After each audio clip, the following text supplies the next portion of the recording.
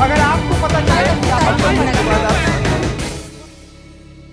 अब पिछले कुछ दिनों से लगातार एकनाथ शिंदे को लेकर उद्धव ठाकरे के मन में जो डाउट थे वो लगातार बढ़ रहे थे। एकनाथ शिंदे को लगातार नजरअंदाज किया जा रहा था। 2 हफ्ते पहले जब एकनाथ शिंदे उनसे मिलने पहुंचे थे तो उन्हें 1 घंटा खड़ा कर दिया उद्धव ठाकरे ने घर के पास।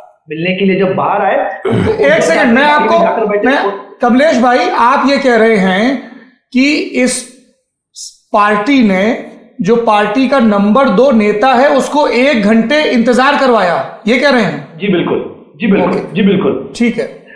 ये जो डाउट उनके लिए मन में बढ़ रहा था तो ये बात उनको खल रही थी। विधान परिषद चुनाव हो, राज्यसभा चुनाव हो, उनमें इनका इन्वॉल्वमेंट नहीं था। ये सारी चीजों को लेकर एकनाथ शिंदे नाराज चल रहे थे। दूसरा, पार्टी का कैबिनेट के अंदर जो उनका मंत्रालय था उसमें काफी इंटरफियरेंस रहा है।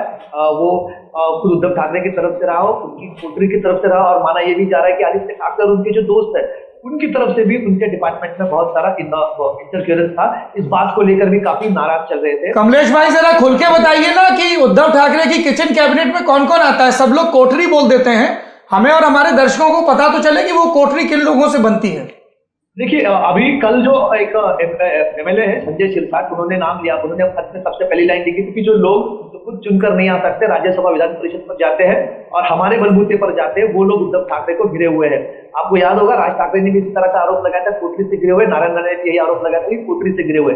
इस बार कोटरी वही है।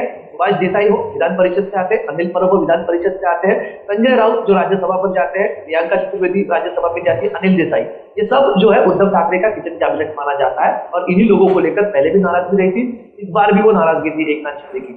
जिस तरह से मैंने जिक्र किया, 15 तारीख को इन्हीं सब लोगों को लेकर एकनाथ शिंदे अयोध्या गए थे, लेकिन 7 दिन बाद में ऐसा क्या होता है एकनाथ शिंदे चले जाते हैं। इसका मतलब है कुछ दिनों से चल रहा था, संपर्क में लगातार बने थे वो भारतीय जनता पार्टी के। जो बात अभी वो खुल के कहने से डर रहे, मेरी बात हुई शुक्रवार सुबह उनसे, एकनाथ शिंदे ने लंबी चौड़ी बात की हमारे साथ। उन्होंने ये सब इन सब बातों से उन्होंने भले ही ना कहा हो कि आगे क्या करने वाले, एक बात है कि दुख हो रहा है उन्हें पार्टी छोड़ते वक्त।